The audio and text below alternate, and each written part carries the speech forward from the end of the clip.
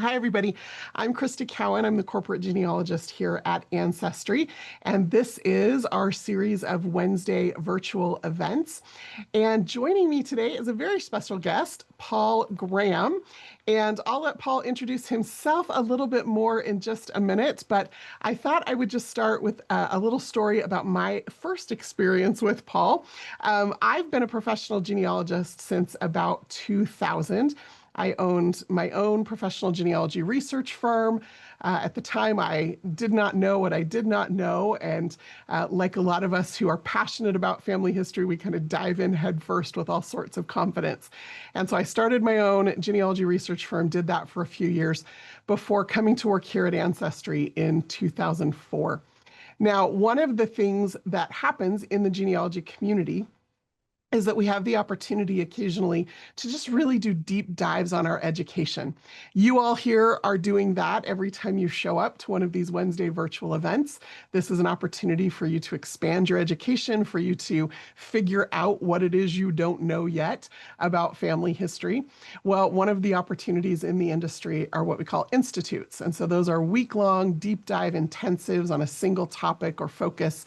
And I love attending institutes when I have the opportunity to do that. Well, one year early in my years here at Ancestry, I had the opportunity to attend a week-long institute up in Salt Lake. And it was an opportunity where a professional genealogist would come in and they would present a case or a puzzle or a problem.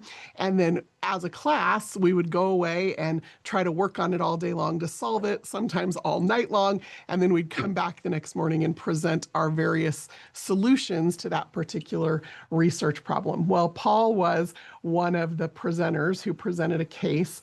And I remember that whole week feeling like after years in the industry, I still did not know what I was doing. And it's good because it's good to challenge yourself and challenge your assumptions. But I think that that week-long experience, and particularly working on Paul's Georgia case that week, taught me that professional genealogists don't have access to different records than the rest of us have. What they have learned is the skills of looking at records differently. And so that is probably one of the primary things that I learned that week, and particularly from Paul.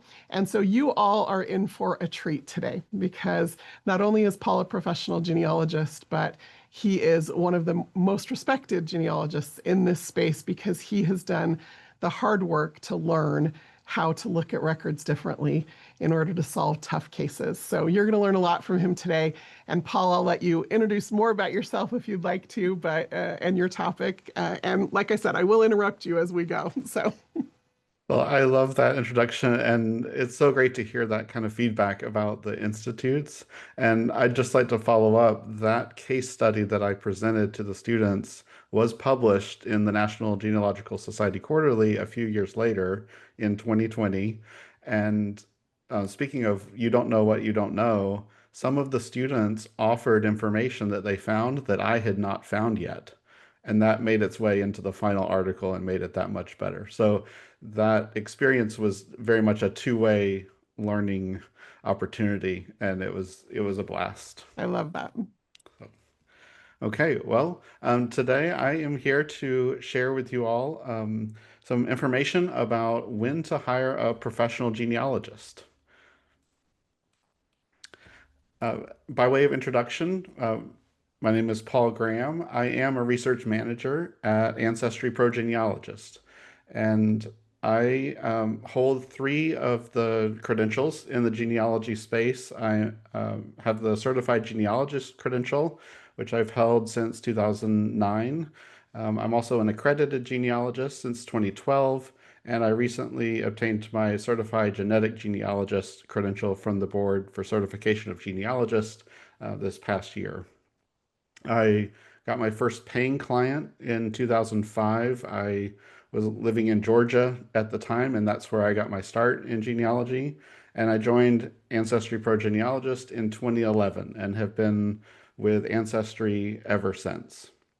And on this screen, I just wanted to throw Paul, we're in, not seeing your screen. oh no, Yeah. well, What are you seeing? Well, we're seeing your cute face. Oh, that's positive. Um,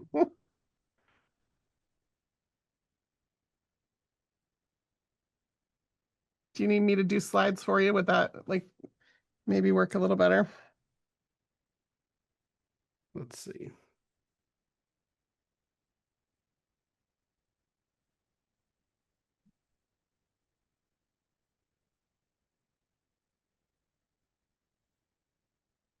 Small technical difficulty. We're good. What are we here? Okay. Let's, there we go. Now we can see them. Okay. Well, thank you very much for letting me know right away. So here we are, and this will make much more sense now.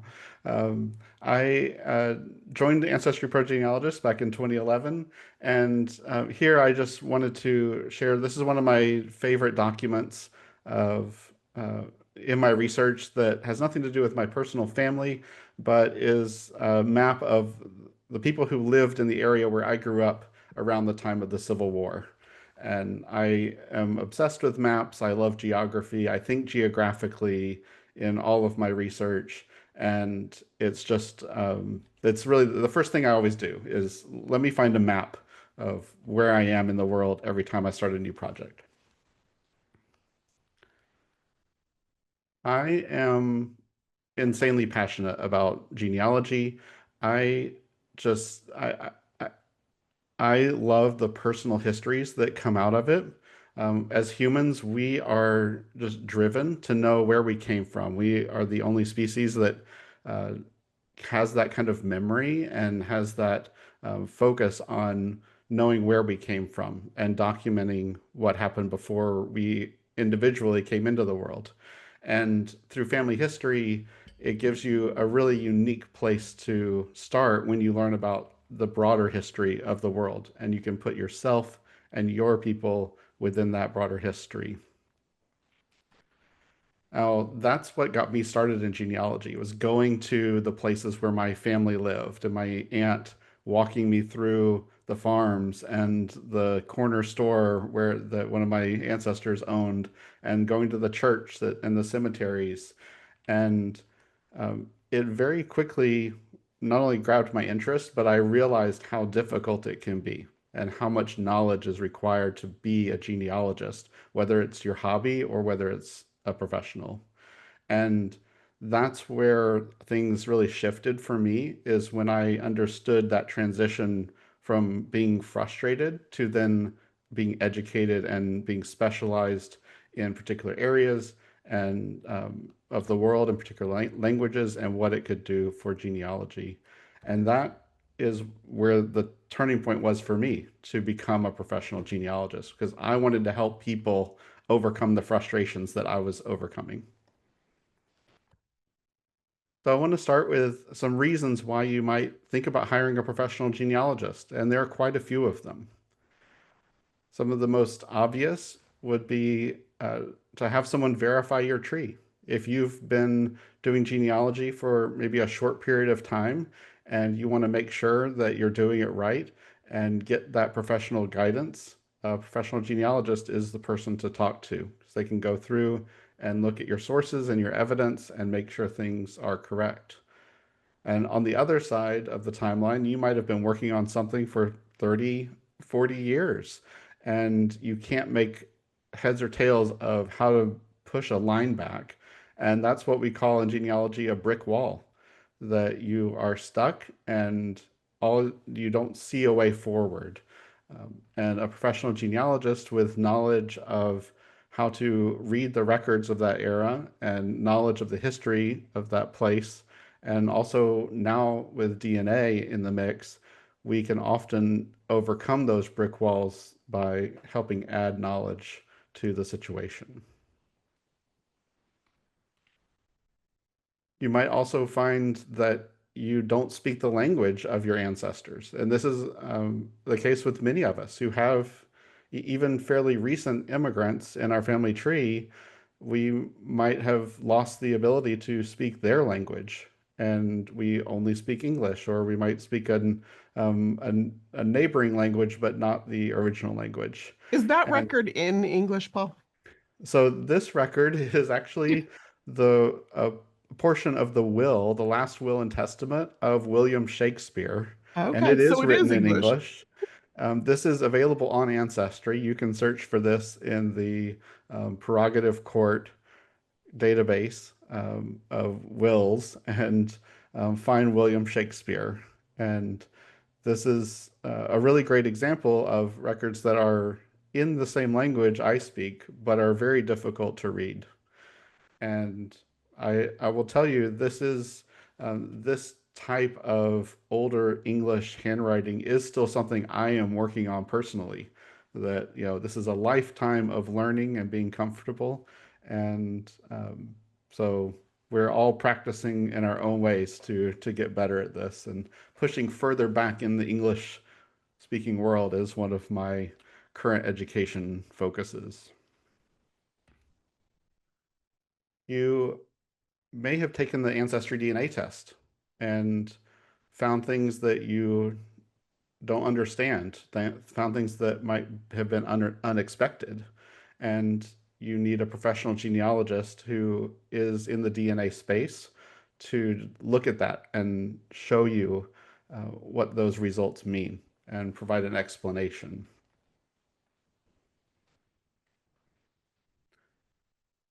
A lot of us as professional genealogists got our start being specialists in a specific geographic location and being available at one archive or a set of archives in the place where we lived.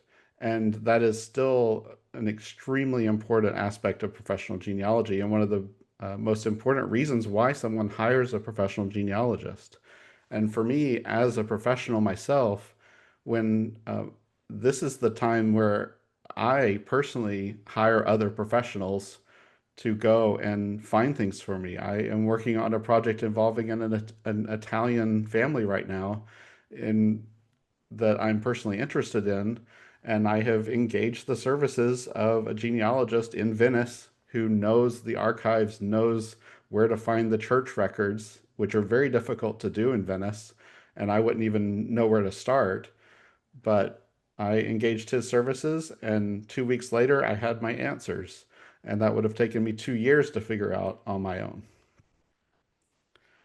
And we also do document analysis. And this comes in most often when you're dealing with records that are uh, legally binding, and when we're focused on estates and inheritance or deeds and the transfer of property, or you want to understand a court case.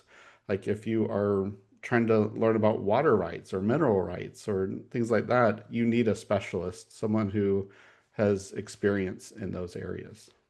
So one of the things that I often have to remind myself of is that most of the records that we use as genealogists were not created for genealogical purposes. They were often created for legal purposes or inheritance purposes or government tracking purposes, whatever those purposes may be. And so, one of the things that we have to learn as genealogists, whether you're doing this as a hobby or engaging the services of a professional who has spent their career learning the nuances of, the laws of Virginia in the colonial period or whatever the time frame may be, is that understanding the laws that govern the creation of those records helps you understand what that record's telling you. And so, yeah, this document analysis piece, it's not just about finding the right record, it's about understanding the record as well. That is so true. And that is such an important point about hiring a professional, is that background knowledge, that the broad context of history and law and the society and migrations and all of the things that led to the creation of a document and were the result of the creation of those documents, and understanding its place in history and the history of your family. Oh, those are only just a few of the reasons why you might want to hire a professional genealogist. There, um, really, every time I turn around, someone has come and asked us a question that we've not expected, or has a reason to be doing genealogy in a way that we haven't thought about. So some of the others I was thinking about were a lot of our clients come to us because they don't have the time themselves to dedicate to research, and they want someone to move things forward and either to complete a project or just to get them through a part of the research that's particularly difficult and they don't have the expertise to move through. But once you do get a breakthrough, they can take it and move forward. People might not or might want guidance in understanding the methodology of how to move forward with a project and what are the best practices when you're doing genealogy. You might have received confusing or conflicting information from family that doesn't line up with DNA or doesn't line up with a birth certificate, and you have to figure out who's right. Which of the stories your grandmother told you are the true story, and which can be proven with contemporary evidence or with DNA. Now, if you are up against a brick wall, that's the number one reason why people come to genealogists is that they have tried doing it themselves. They have reached the point where everything feels too difficult and they're researching in circles.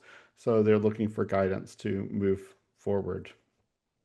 And there are a lot of products that we'll talk about in a few minutes that are specialized that you need someone to help with that aren't actually necessarily genealogical, but they are related to your genealogy, like compiling a family history book and having access not just to a genealogist, but to a writer who is sensitive to genealogy and how to write about family history, and also a graphic designer or someone who can lay out a book and then get it published. And those are specialized services that we incorporate into genealogy.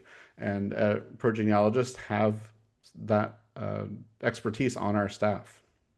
So you mentioned earlier hiring genealogists in our local archives. And then your fourth bullet point here, I love the way you've worded that, researching in circles.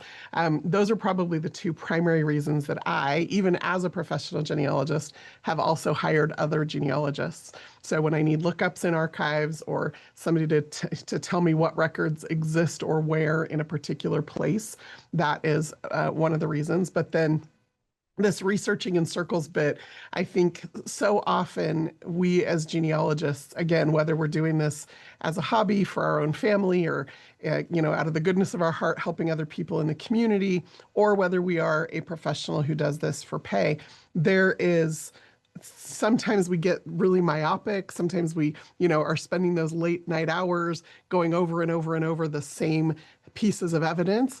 And just having somebody else look at it with fresh eyes or with a different perspective or with different knowledge sometimes is the thing you need to completely break open a case. And so that's probably even more than archive lookups, the one reason or way in which I use professional genealogists the most. And that is very true.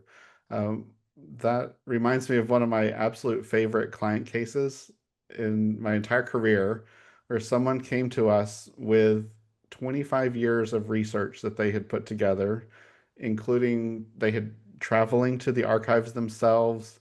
They had a huge file, basically one banker's box full of documents related to finding the parents of this one person. And they came to us saying, I don't know how to go further. I don't know what's in here.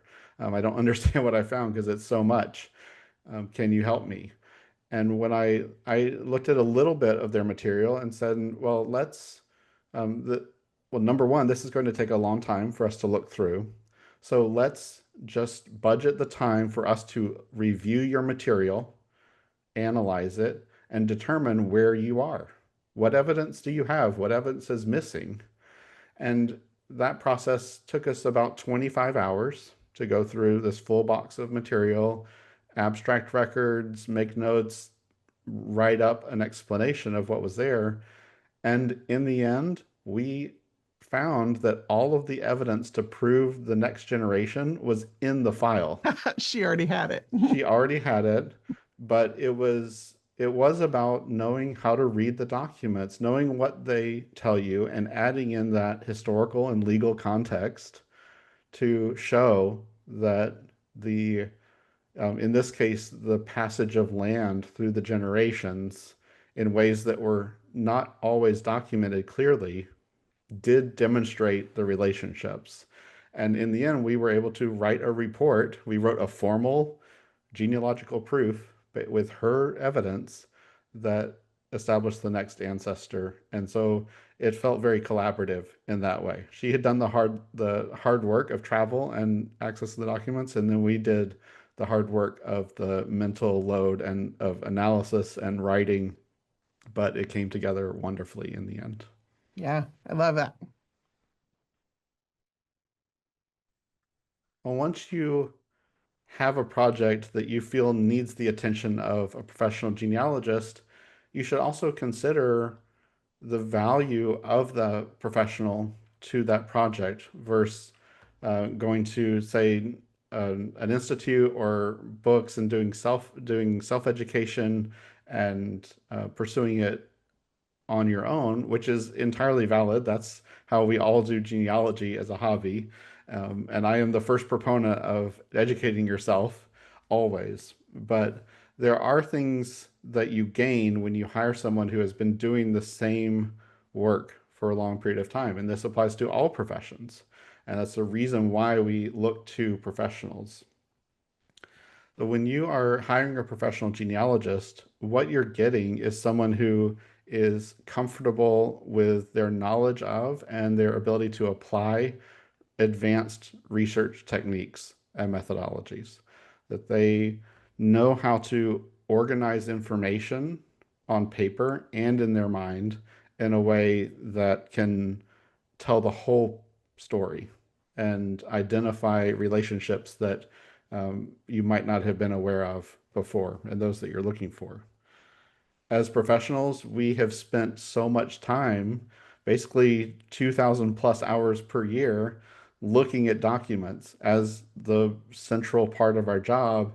And we have just such wide experience and exposure to all these documents that and we have people come to us and say, I have this page from a family folder that someone gave me, but I don't know what it is.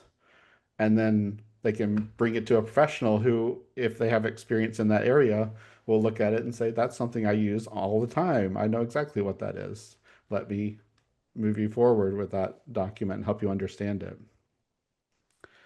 And we also have access to a lot of specialized databases.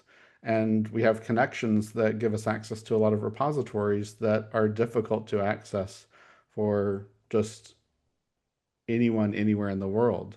That we have subscriptions to almost every single genealogy service out there, and because we do in the at Ancestry Pro Genealogist, we do work all over the world, and so we need access to subscription services from all over the world. And we have employees and other relationships in our research circles that give us access to unique repositories and places that, frankly, are difficult to travel to uh, for people in the United States and other Western countries.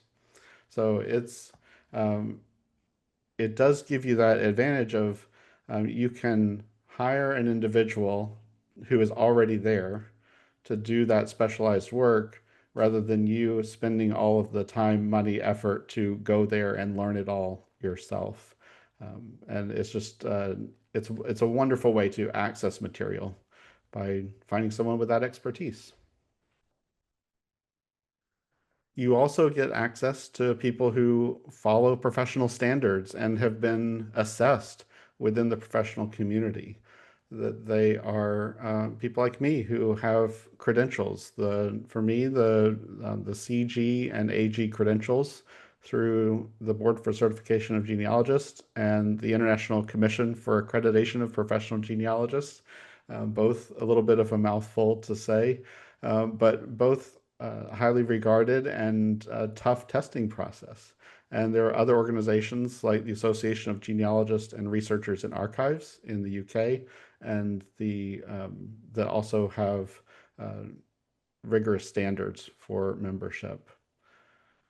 As professionals, we get to know each other. We learn who our um, colleagues are all around the world as we do more and more projects, and we keep a list of all of the people. And this map is a general representation of the network of researchers that I utilize um, in Europe specifically. And having people in every country almost or close to is such an incredible resource. And so my clients, generally because I am a US based researcher and I with an expertise in the US South, most of my projects stay in the United States. But sometimes I do research on an immigrant family who came in maybe through Texas in Galveston or through Georgia and Savannah rather than New York.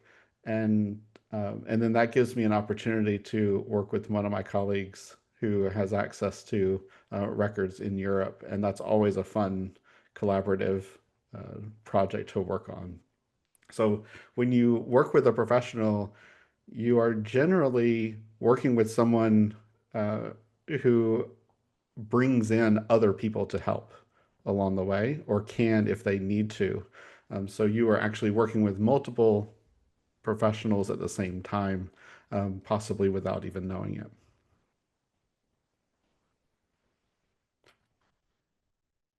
And professional genealogists are going to get you beyond the basics, beyond those initial steps of tracing your family tree back 3, 4 generations. And they're going to help you with those complex genealogical problems.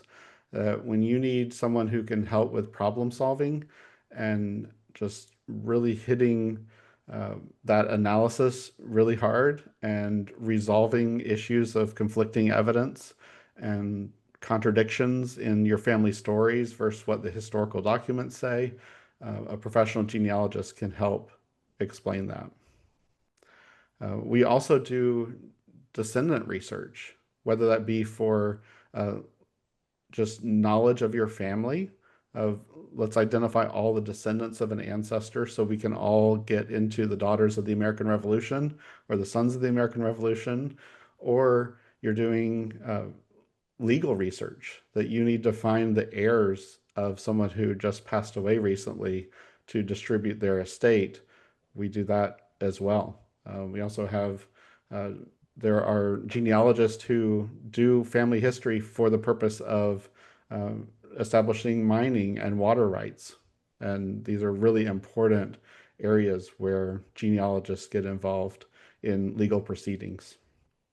And of course, nowadays, DNA is really at the forefront of genealogy, and it is breaking down so many brick walls and answering so many questions for people.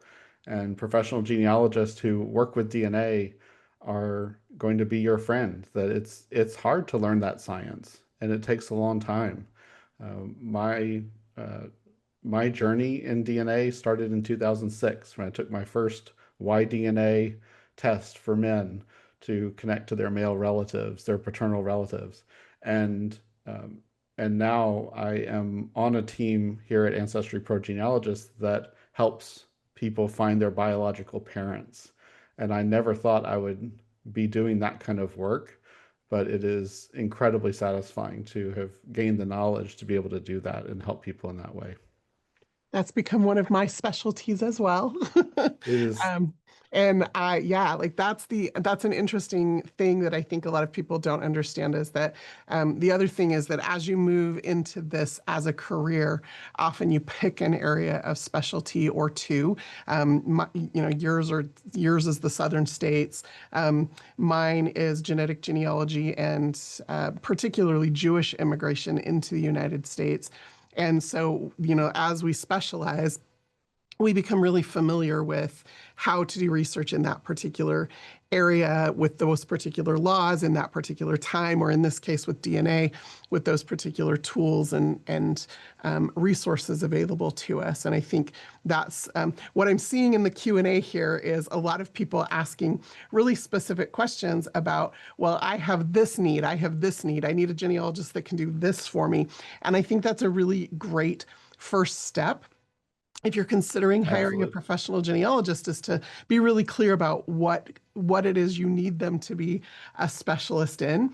But like Paul mentioned, you can also, if you contract to work with Ancestry genealogists, because they have a large staff, so it's not just a single genealogist working independently, because they have a large staff, they can, utilize the resources of one another.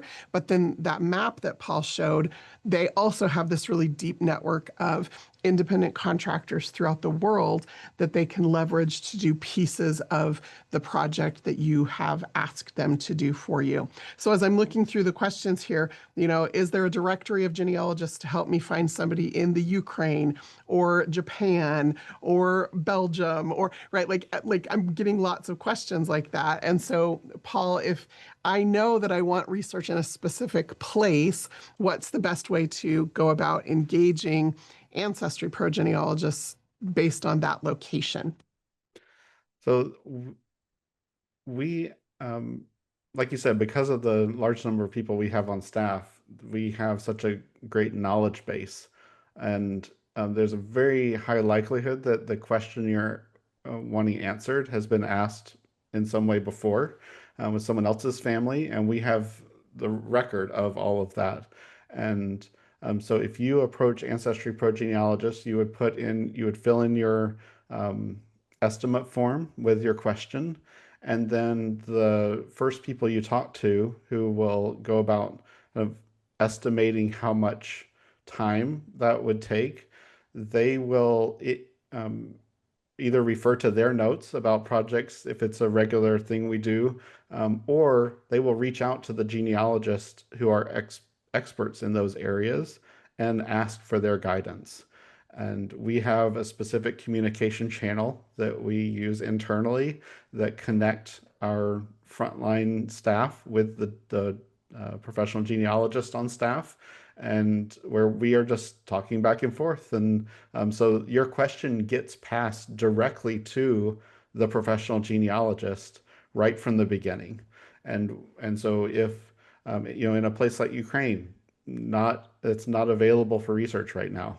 When you have active military conflict in a country, that brings everything to a halt, sadly.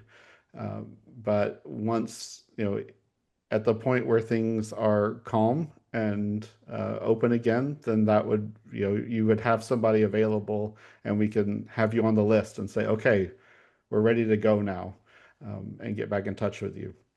And Yeah. for a place like Japan, if you are unfamiliar with the language, and need that expertise, we do have people both on staff and through our network of researchers, of contract researchers that do that kind of research. And we would be able to tell you not just for Japan specifically, but once we knew what city or prefecture your family was from, we could get even more specific details about record availability, researcher availability, and we would utilize all of that knowledge to put together that quote for you. Yeah, great. There are a couple of other quick questions here before we dive into what else you've got prepared here for how to help people come prepared to work with a Right. genealogist, which is actually one of the questions that's showing up here. But before we dive into Okay.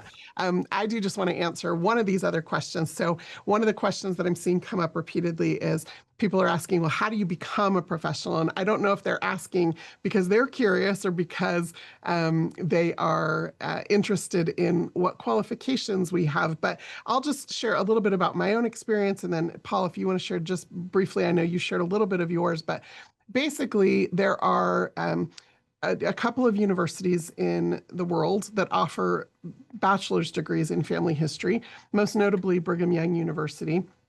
But because there's so few formal education opportunities as far as college degrees in family history, there have been other educational opportunities that have sprung up. And so most people in the family history field are self-educated. There are also now a couple of master's degree programs that have evolved over the last few years. So we're slowly starting to see family history become an academic opportunity. But those institutes and genealogy conferences and networking with other professional genealogists really have become the way that the industry has grown up. And then, kind of the next step of that, or the next evolution of that, is what Paul was talking about earlier with the accreditation through ICAPGen, or the certification through the Board for Certification of Genealogists, or the international credentials that are available through some of those organizations. Those are really the ways that professional genealogists then test their skills and their learning and their knowledge, to see where their gaps are and where they can then maybe shore up their knowledge before they continue to pursue professional genealogy as a career, or they decide, I know enough to be able to hang out a shingle and start accepting clients. For myself, in my own journey, one of the ways that I did that was, like I said, I started a professional genealogy research firm because I didn't know what I didn't know. And very quickly, as I had clients who stretched my skills, or who I realized I couldn't help without enlisting other professionals to help me, I saw very immediately where my own gaps in knowledge and skill were, and was able to very quickly then overcome those and seek out those opportunities for learning. So there's a lot of opportunity for learning in the industry. And most genealogists, myself included, are very self-taught, but there are then some of those guardrails and guidelines. There are genealogical standards, and there are ethics that we sign when we join the professional association. And I mean, there's lots of things in place to kind of regulate this industry, as it were, which was another one of the questions. So I think that answers most of those questions in that vein. Is there anything you want to add to that, Paul?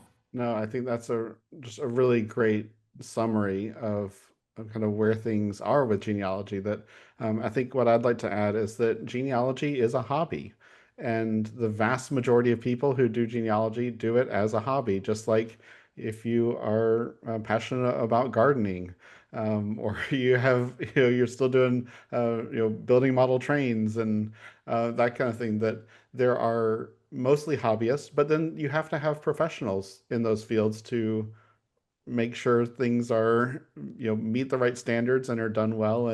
And there's a role for both, and a very important role. And for me, getting started, it was a hobby that I did not see. I had no idea that you could be a professional genealogist when I started genealogy. And it was only a few years later that I understood that that could be a real thing.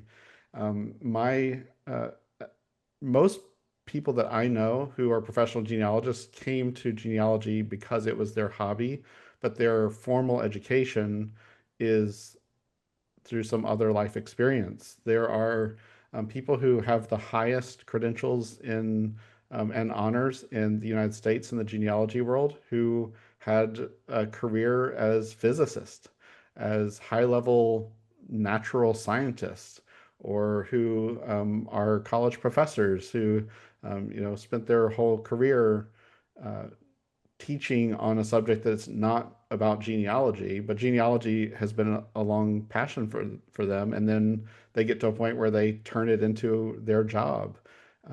And you can come to genealogy from every direction, which I think is so cool, because a genealogist need to know facts about so many different subjects based on the kind of research they're doing. And you can't get away from it. If you try to do genealogy and just call it genealogy, but you don't have knowledge of history or geology or the manufacturing, or how people purchased goods for their home, or all kinds of just and like medical terms. That's a big one of, what Cause of diseases did death on my a death ancestors certificate. suffer from Yeah. that now I don't have to worry about. And what is apoplexy, and these things that come up, you have to learn about a lot of different topics, because we're talking about humans, and you think about your own life and all of the things you have to know that aren't within the realm of your personal training through university or what your parents taught you, or all the things you have to learn in life, you have to learn about your ancestors' lives. And that's the complication of it. There's so much information to learn. And It's really what makes a professional genealogist unique in the end is their really two things I see. One is their passion for learning uh, constantly, just any information, they're just soaking it in. And the other is that they think about the connections and the meaning of documents. And they really want to understand what things mean, and they want to answer the questions that those documents present to us. So that's if you have those things, you have the makings of a professional genealogist. You just need to take those steps in the education world to get there. Yeah, I love that. Okay, we do have some other questions, but I'll hold those to the end because I want to make sure we get through this next bit that you have for us. Because if somebody decides to work with a professional genealogist, we want to make sure that that experience is as successful as possible for them. Yes, we do. So let's talk about the ways you can maximize your investment in working with a professional genealogist.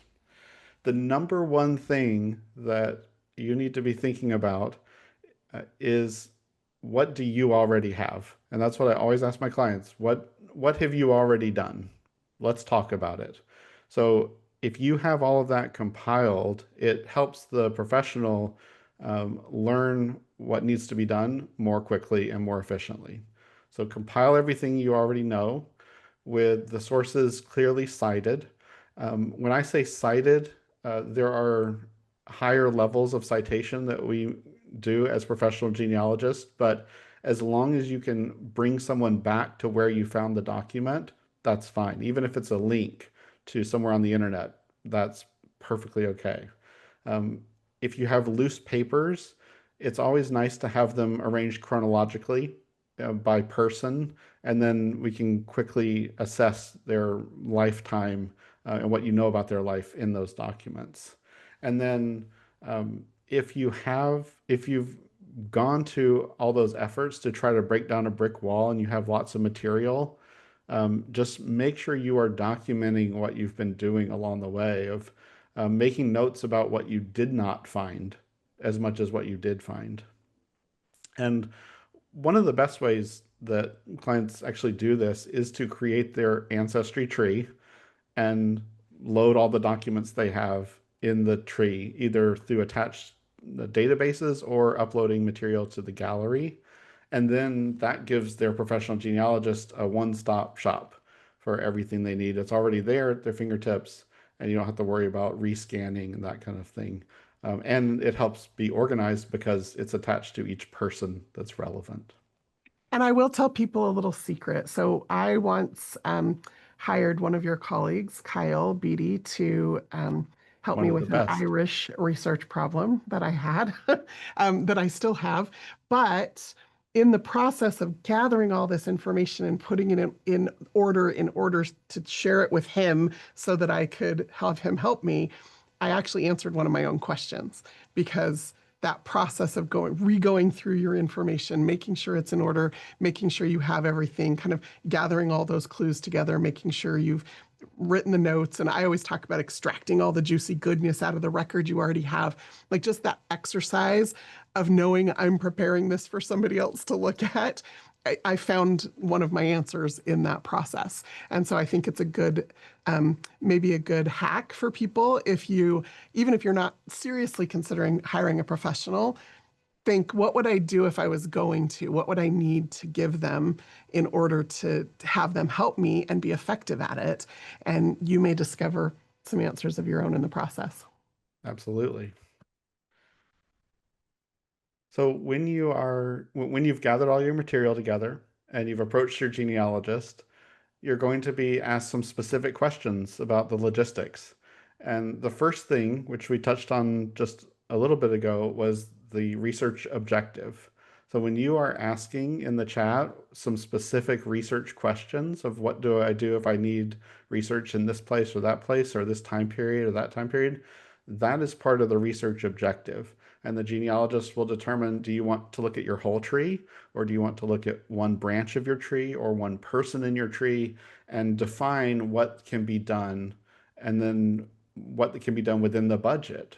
So they'll ask, what is your budget? What's your monetary budget? And then they'll divide that by the current rate for the research and tell you how much time that represents. And then they'll give you some expectations about what they think can be done in that amount of time. And you should let your genealogist know what your timeline expectations are, that there is a difference between the number of research hours and the calendar time. And when you're working with a busy professional genealogist, then they also have other clients and they are breaking up each case into pieces and kind of weaving that time together with all the different clients. And so they do a little bit on a project at a time. And I'll tell you from my personal experience, that is the best way to actually maximize the efficiency of my time.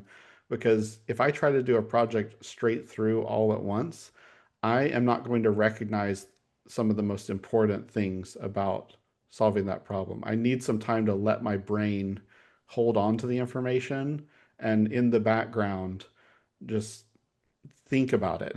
And Mull then and ponder, Paul. Mull and Mull and ponder. Ponder, which our wonderful colleague Mark Lowe created the Mull and Ponder concept, and it's so true. It is, and when you allow yourself that, it's that additional time that's not really being spent directly on the case, but your brain is working. And when you come back to it, you might have a different perspective, and you hopefully do. And that's actually a very useful thing when we're talking about time.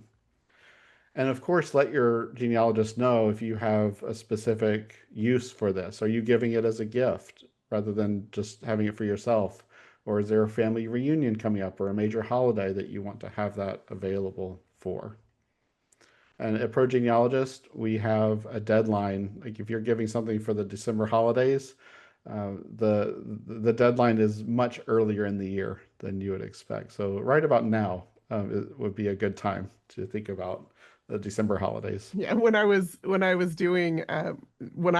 doing professional research for clients, I used to, yeah, always be amused at the people who would contact me in December 1st and say, "Oh, I need a family history research project finished for my dad for Christmas." And I would always think, "Do you mean next Christmas?" That's Because right. I not think the happening best, this fast. right. I mean, if you do approach us in December, one of the questions will be, well, is there a birthday coming up? Maybe we can move the event. But we will try to help you either way. So to be successful with your professional genealogist, there's things I'd like to point out. The number one things are to understand what their research areas of focus are. That you need a professional genealogist who works in the area where your ancestors lived or has knowledge of the records and how to access them in that area. That and any good genealogist will tell you that they do not have the expertise that you're asking for if they don't. If you come to me and you ask me about doing research in Croatia, I will tell you, I'm sorry, I can't help you with that, but I know exactly the person who can, and let me introduce you to them. So that's and among the, um, you know, responsible, ethical, professional genealogists, that's the kind of answer you're going to get, is they will tell you what they know what to do and how to do it, and then they will tell you what they don't know. And that's a really valuable thing to get from a professional. You should also check what they specialize in and their credentials. You don't have to have credentials to be an amazing professional genealogist. There are many of us who do not have credentials, but have spent many years educating themselves, have practical experience, have advanced degrees in non-genealogical subjects that make them the best in genealogy, or they have like they're a DNA specialist who doesn't have a credential, but they have high level science degrees, and that's what you need in DNA. And So it's not just about genealogy credentials; it's about their past and their abilities, and so advanced degrees count very much in that as well. So as you work with your genealogist, you should always be willing to speak up and ask questions and provide feedback during the process. Not, you don't need to wait till the end. If there's anything you need to know along the way, you should be asking that. And that helps incorporate your concerns into the final product. That's always super helpful and very welcome as a professional genealogist.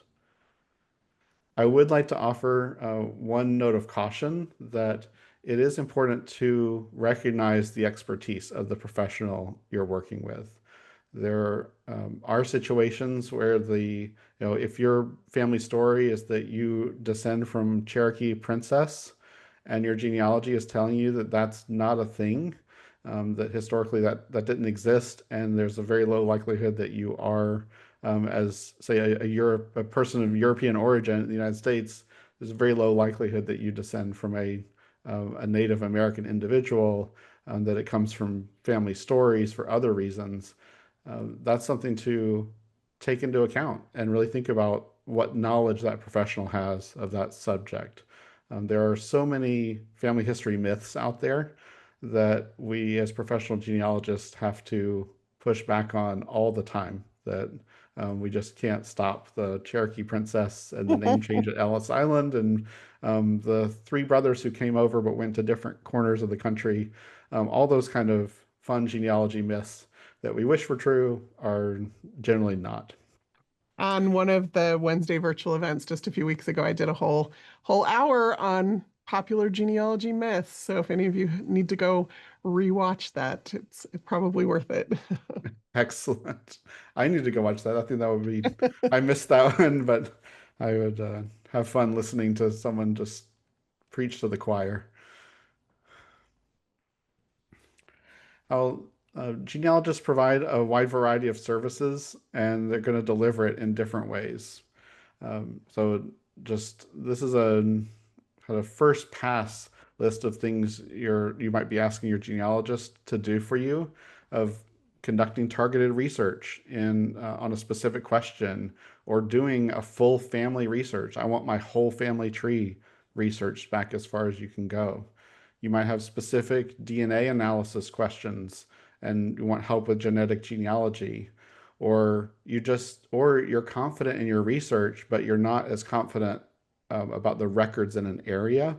So you'd like someone to help develop a research plan for you and just do that initial review and give you a list of things that you can do. Or you might want to join a lineage society, and we have specialists who that is their whole job, is to focus on getting people into lineage societies and knowing the rules of each society so that when you do apply, you get in on the first try and don't have to keep working at it. We offer a lot of specialized services. So you can ask a genealogist to be a consultant for you, and not doing the work for you, but talking to you about the research that you're doing and helping you move forward with it.